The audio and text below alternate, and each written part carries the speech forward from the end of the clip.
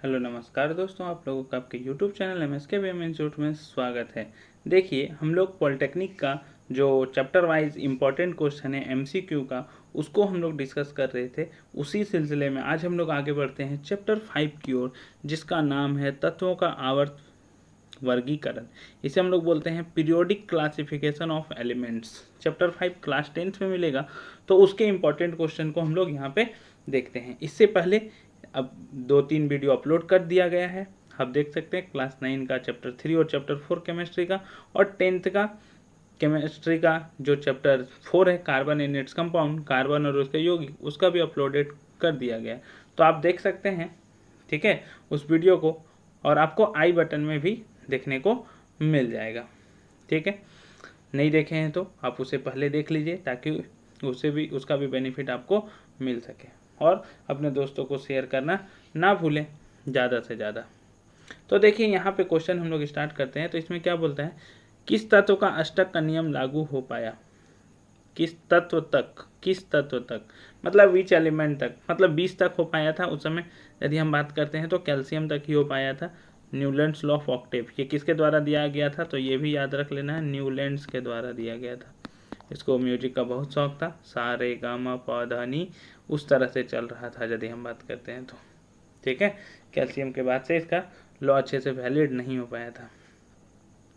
मैनलिप आवर्त नियम के अनुसार आवर्त सारणी में तत्व किस क्रम में व्यवस्थित थे, तो उसका जो था वो परमाणु भार के बढ़ते क्रम में था।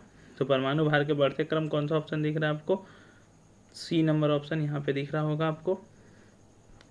अगले क्वेश्चन में यदि हम बात करते हैं तो मैंडलिप आवर्त सारणी में उन तत्वों के लिए रिक्त स्थान छोड़ दिए गए थे जिनकी खोज बाद में हुई। निम्नलिखित में से किस तत्व को आवर्त सारणी में बाद में स्थान मिला, तो यहाँ पे है आपका जर्मेनियम, क्लोरीन, ऑक्सीजन, सिलिकॉन। तो बाद में जो स्थान मिला वो था जर्मेनियम को। किसको मिला, जर्मेनियम को मिला। ठीक है, ये ध्यान में रखना है। ठीक है, यहाँ पे ध्यान में रख लेना है आपको। इसके साथ मैं एक और चीज़ बता देता हूँ, जो नाम रखा गया था। सबसे पहले स्कैंडियम, ठीक है, इसको बोला गया था एका बोरोन। क्या बोला गया था, एका बोरोन, ये ध्यान में रख लेना है। ठीक है, सेम उसी तरह गैलियम को बोला गया था एका एल्यूमिनियम। इससे रिलेटेड और कोई क्वेश्चन आएगा तो आप वहाँ पे आसानी से देख सकते हैं। और उसके बाद है जर्मेनियम, जिसको बोला गया था एका सिलिकॉन। ठीक है, ये 3 है जिसे बाद में जगह मिला था, तो आप इसको ध्यान में रख लीजिएगा। अगले क्वेश्चन की ओर हम लोग आगे बढ़ते हैं। तो देखिए, हम लोग स्क्रीन में अगला क्वेश्चन है कि आधुनिक आवर्त सारणी के संदर्भ में निम्नलिखित में से कौन सा या कौन से कथन गलत है, आपको गलत बताना है। ठीक है, आधुनिक आवर्त सारणी में तत्वों को उनके घटते हुए परमाणु क्रमांक के आधार पर व्यवस्थित किया गया है, तो ये गलत है। ठीक, क्योंकि परमाणु क्रमांक के बढ़ते हुए पे सजाया गया था। आधुनिक आवर्त सारणी तत्वों को उनके बढ़ते हुए परमाणु भारों के आधार पर व्यवस्थित किया गया है, ये भी गलत है। ठीक है, आवर्त सारणी में समस्थानिकों को संलग्न समूहों में रखा गया है। संलग्न मतलब क्या होता है, एडजॉइनिंग ग्रुप्स में रखा गया है, तो ये भी आपका गलत है। ये क्या बोला गया था कि आइसोटोप्स को वही जगह पे रखा गया है, वही जगह मिलता है। ठीक है, सेम होना चाहिए था, यहाँ पे समान समूह में रखा गया है। आधुनिक आवर्त सारणी में तत्वों को उनके परमाणु क्रमांक के बढ़ते क्रम में, ये सही है। तो आपसे पूछा था कौन कौन गलत है, तो कौन कौन गलत है, 1, 2 और 3। तो 1, 2 और 3 किस ऑप्शन में, बी नंबर में, जो गलत दिया गया है यहाँ पे। अब अगले क्वेश्चन की ओर आगे बढ़िए। तो आपका अगला क्वेश्चन आपके स्क्रीन पे रहा। ये क्या बोलता है कि आधुनिक आवर्त सारणी के संदर्भ में कौन सा कथन सत्य है। यहाँ पे ध्यान देना है, इसी को मार्क करते हुए चलना है। ट्रू पूछता है या फिर फॉल्स पूछता है, मतलब करेक्ट पूछता है या फिर इनकरेक्ट पूछता है। तो आधुनिक आवर्त सारणी में 18 हॉरिजॉन्टल रोज हैं, जिन्हें हम लोग क्या बोलते हैं, पहले क्या बोला गया है इसमें, पहले ये ध्यान में रख लिए, इसमें 7 पीरियड्स होते हैं जो हॉरिजॉन्टल होते हैं, और 18 ग्रुप्स होते हैं जिसे हम लोग समूह बोलते हैं। तो क्या बोला गया, 18 क्षैतिज पंक्तियाँ ये नहीं होती है, 7 ऊर्ध्वाधर कॉलम ये भी नहीं होती है, 18 ऊर्ध्वाधर कॉलम जिन्हें समूह कहते हैं, 18 वर्टिकल कॉलम ये सही है, समूह तो नहीं कहते हैं इसे। तो सी नंबर ऑप्शन आपका सही रहा। दिए गए तत्वों में ABCDE परमाणु क्रमांक 2, 3, 7, 10 और 30 में से समान आवर्त से संबंधित तत्व हैं। समान आवर्त में कौन कौन होंगे? तो आप यहाँ पे ध्यान दीजिए, समान आवर्त में आपको कौन कौन देखने को मिलेंगे। सबसे पहला 3, फिर आपको देखने को मिलेगा 7, फिर देखने को मिलेगा 10, 2 और 1, 2 और 5 और 2 और 8। 2 सेल, दोनों तीनों जो होंगे वो सेकंड नंबर सेल पर होंगे, तो आपका हो जाएगा बी, सी और डी। बी, सी और D, B number option, B, C और डी। तत्व ABCDE के परमाणु क्रमांक 9, 11, 17, 12 और 13 हैं। तत्वों का कौन सा युग्म समान समूह से संबंधित है? समान समूह से संबंधित होने के लिए देखिए, सबसे पहला A है तो 2 और 7 होगा। उसके बाद 11 है, देखिए ध्यान दीजिएगा, 2, 7, फिर 2, 8 और 1, फिर यदि आप बात करते हैं तो 2, 8 और 7, फिर 2, 8 और 2, फिर 2, 8 और 3। तो आप देखिए बाहरी सेल में 7 इलेक्ट्रॉन किस में दिख रहे हैं? 9 में जो A का है और C का है, तो A और C7 का C नंबर ऑप्शन हो जाएगा कि समान ग्रुप से बिलोंग करेंगे। ये जो 9 है वो फ्लोरीन का है और जो 17 है वो क्लोरीन का है। हेलोजन ग्रुप से बिलोंग करते हैं। आधुनिक आवर्त सारणी में इलेक्ट्रॉनिक विन्यास 2, 8 युक्त तत्वों को आप किस समूह में पाते हैं? 2 और 8 यदि होगा तो वो क्या हो जाएगा? नियोन हो जाएगा। और ये पीरियोडिक टेबल के हम लोग को नोबल गैस समूह में मिलेंगे, मतलब समूह 18। कौन सा समूह होगा? 18 होगा, जो कंप्लीटली फील्ड वाला होगा। अगला क्वेश्चन बोलता है एक तत्व जो सभी कार्बनिक यौगिकों का समान का आवश्यक अवयव है, समान है। एक तत्व जो सभी कार्बनिक यौगिकों का आवश्यक अवयव है, संबंधित है। तो सोचिए कार्बनिक यौगिक है मतलब उसमें कार्बन कन्फर्म होगा, और कार्बन का जो ग्रुप होता है वो होता है 14, समूह 14। ठीक है। विच ऑफ द फॉलोइंग, यहाँ पे क्या बोलता है? आवर्त 2 के तत्वों के निम्नलिखित में से कौन सा कोष बाह्यतम है? बाह्यतम मतलब सबसे बाहर में। ठीक है। आवर्त 2 मतलब पीरियड 2 के लिए बोला जा रहा है। पीरियड 2 के लिए पहले K होगा, फिर L होगा, तो L सेल होगा। बी नंबर ऑप्शन हो जाएगा आपका। क्या हो जाएगा? L cell.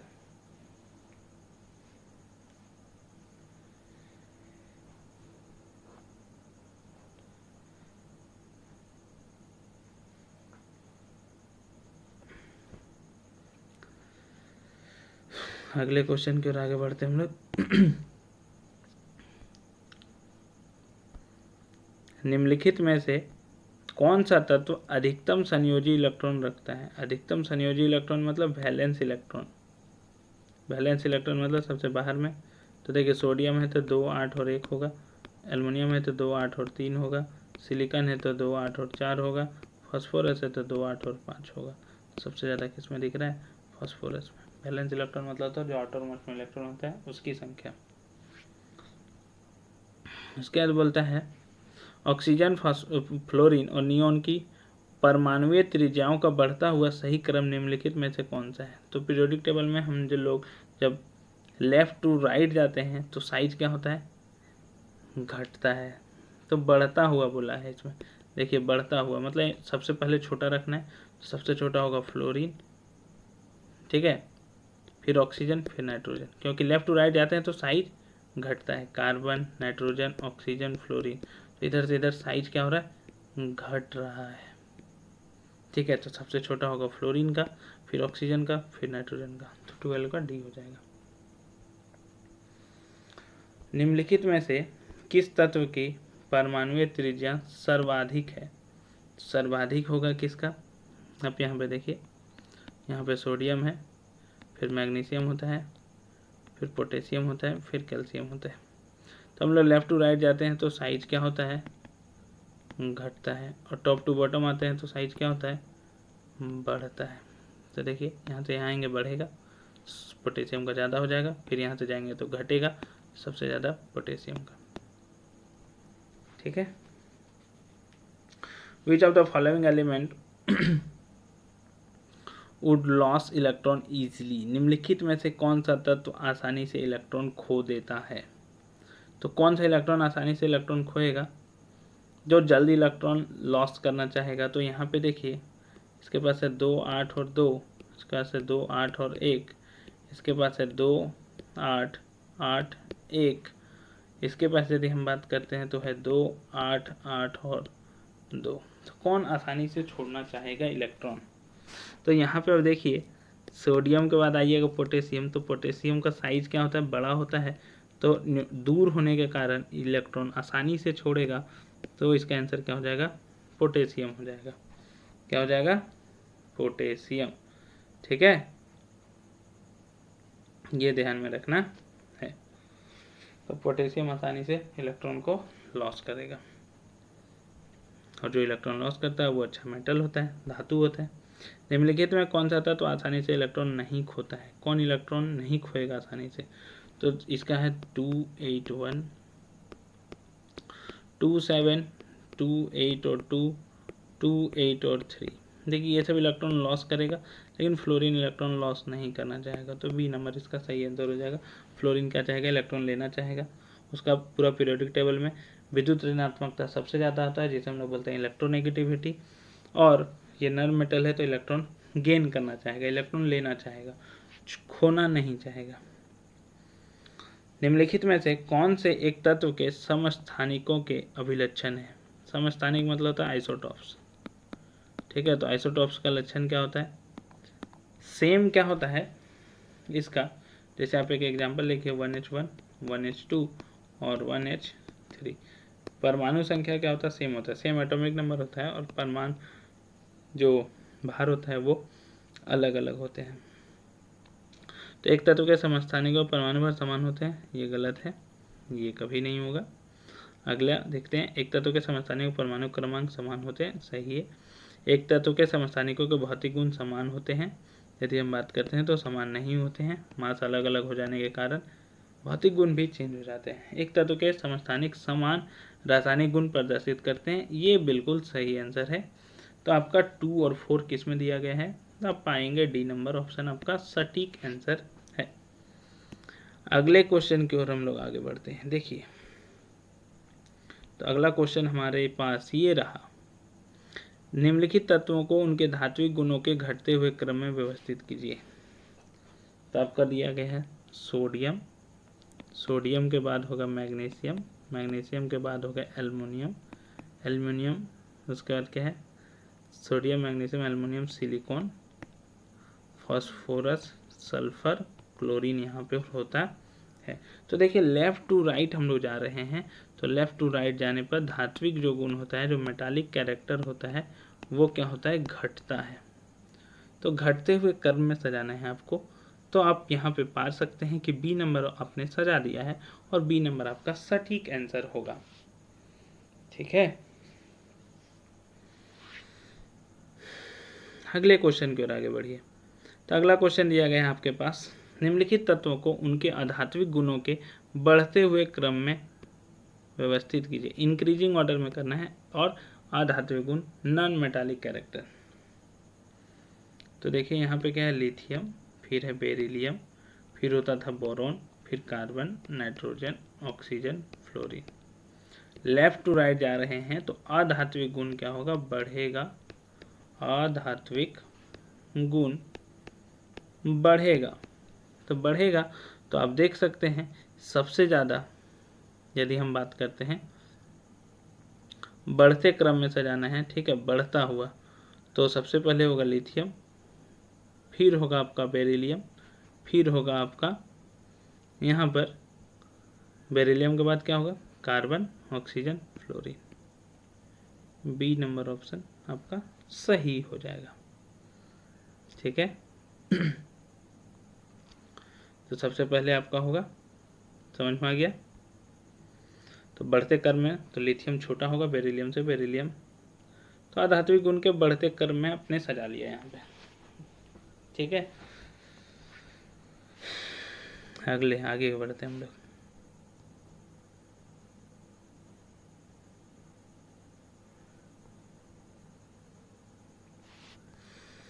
एका एल्यूमिनियम किस प्रकार का ऑक्साइड बनाता है? अभी मैंने कहा था एका एल्यूमिनियम किसे बोलते हैं हम लोग। तो एका एल्यूमिनियम जो होता था वो होता था गैलियम होता था, Ga2O3 बनाता है वो, यदि हम बात करते हैं तो जिस तरह Al2O3 बनाता है, एका एल्यूमिनियम है, वहाँ से देख सकते हैं क्या बना है, E2O3। सी नंबर ऑप्शन। 3 तत्व बोरॉन, सिलिकॉन और जर्मेनियम क्या है? बोरॉन के बाद कार्बन होता है, यहाँ सिलिकॉन है, फिर जर्मेनियम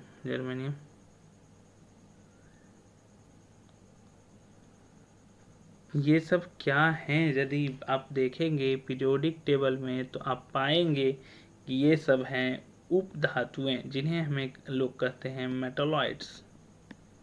क्या कहते हैं? मेटलॉइड्स। अगला क्वेश्चन, निम्नलिखित में से देखिए यहाँ पे क्या बोलता है, कौन सा तत्व अम्लीय ऑक्साइड बनाता है, या फिर बनता है लिख दिया है तो बनाता है होगा, ठीक है। अम्लीय ऑक्साइड कौन बनाएगा? Non metal. तो नन मेटल्स यहाँ पे ध्यान देना है, 2 और परमाणु संख्या 5 है तो 2 और 5 होगा, 2 और 1 होगा, 2 8 और 2 होगा, और ये होगा 2 8 8 1। तो इसका आंसर आपका ए होना चाहिए, ठीक है। 7 नंबर पे कौन होता है? नाइट्रोजन।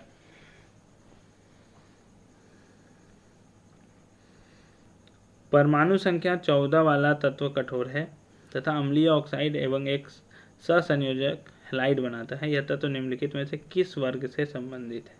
देखिए, यदि आप बात करते हैं परमाणु क्रमांक कितना है उसका? 14। ये सिलिकॉन हुआ। सिलिकॉन जो है अम्लीय ऑक्साइड बना रहा है, सहसंयोजक हैलाइड बना रहा है। किस वर्ग से संबंधित है यदि हम बात करते हैं तो धातु, उपधातु, अधातु, तो इसका आंसर होगा उपधातु। अभी हमने देखा था, देखिए ऊपर वाले क्वेश्चन में पूछा गया था। ऐसे ये कार्बन फैमिली से बिलोंग करता है। यदि आपसे पूछा रहता तो कार्बन फैमिली भी हम लोग यहाँ पे बोल सकते थे। अगला क्वेश्चन आपके स्क्रीन पर ये रहा, एक परमाणु की परमाणुईय त्रिज्या का निम्नलिखित में से कौन सा सही प्रदर्शन है? तो आप यहाँ पे देख सकते हैं कि जो त्रिज्या होती है एक तरह से वो होती है हम लोगों की, ठीक है। यहाँ पर यदि आप गौर करेंगे तो आप पाएंगे कि सबसे न्यूक्लियस से लेकर जो सबसे बाहरी सेल होता है उसके डिस्टेंस को हम लोग बोलते हैं। तो देखिए यहाँ तो यहाँ ये सही है, और यहाँ पे भी देखिए एक ही सेल है, एक ही इलेक्ट्रॉन है, तो एक्चुअल में डिस्टेंस जो होगा वो यहीं तक होगा। आगे में इलेक्ट्रॉन आगे तक जा रहा है लेकिन हम डिस्टेंस इतना ही तक लिए हैं, आगे में यहाँ पे भी गलत है। तो आपका 2 और 3 सही आंसर है। देखिए 2 और 3 कौन सा ऑप्शन है आपका? बी नंबर, ठीक है। आवर्त सारणी के एक समूह में ऊपर से नीचे जाने पर निम्नलिखित में से क्या नहीं बढ़ता है? ऊपर से नीचे जाने पर क्या नहीं बढ़ता है?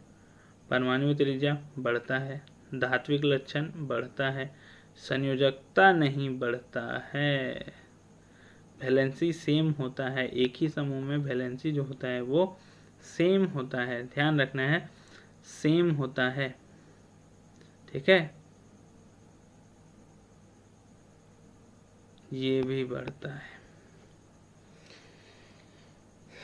अगला क्वेश्चन है, आवर्त सारणी के आवर्त में बाएं से दाएं जाने पर सामान्यतः परमाणु का आकार, बाएं से दाएं जा रहे हैं हम लोग, लेफ्ट टू राइट जा रहे हैं, तो इस तरह के क्वेश्चन हम लोगों ने देखे थे। और क्या पाया था कि जो परमाणु का आकार होता है वो घटता है, मतलब डिक्रीज होता है। क्या होता है?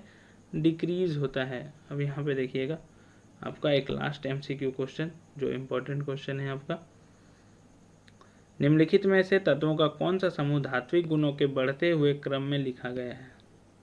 धात्विक गुणों का बढ़ता क्रम, ठीक है। बेरिलियम,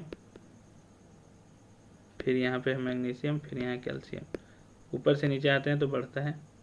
यही नंबर आपका सही आंसर हो जाएगा, आगे चेक करने की ज़रूरत नहीं है। सेम ग्रुप में है और ऊपर से नीचे आते हैं तो धात्विक गुण क्या होता है, बढ़ता है। तो ए नंबर आपका सही ऑप्शन होगा। इस तरह से हमने पीरियोडिक टेबल का भी जो क्वेश्चन था उसको यहाँ पर डिस्कस कर लिया है। ठीक है, आपने इससे पहले यदि पिछला वीडियो नहीं देखा है तो आप उसे भी देख लीजिए, ताकि आपको इस तरह के जो क्वेश्चन हैं इम्पोर्टेंट क्वेश्चन उसके बारे में पता चल सके और आप एग्ज़ाम में अच्छे मार्क्स ला सके। ठीक है, और आपका अच्छा रैंक आ सके। आज ज़्यादा से ज़्यादा भी दोस्तों को शेयर करें ताकि उन्हें भी इसे का लाभ मिल सके। हम लोग फिर मिलेंगे अगले वीडियो में, तब तक के लिए धन्यवाद। आपको ये वीडियो कैसा लगा आप हमें कमेंट के माध्यम से बता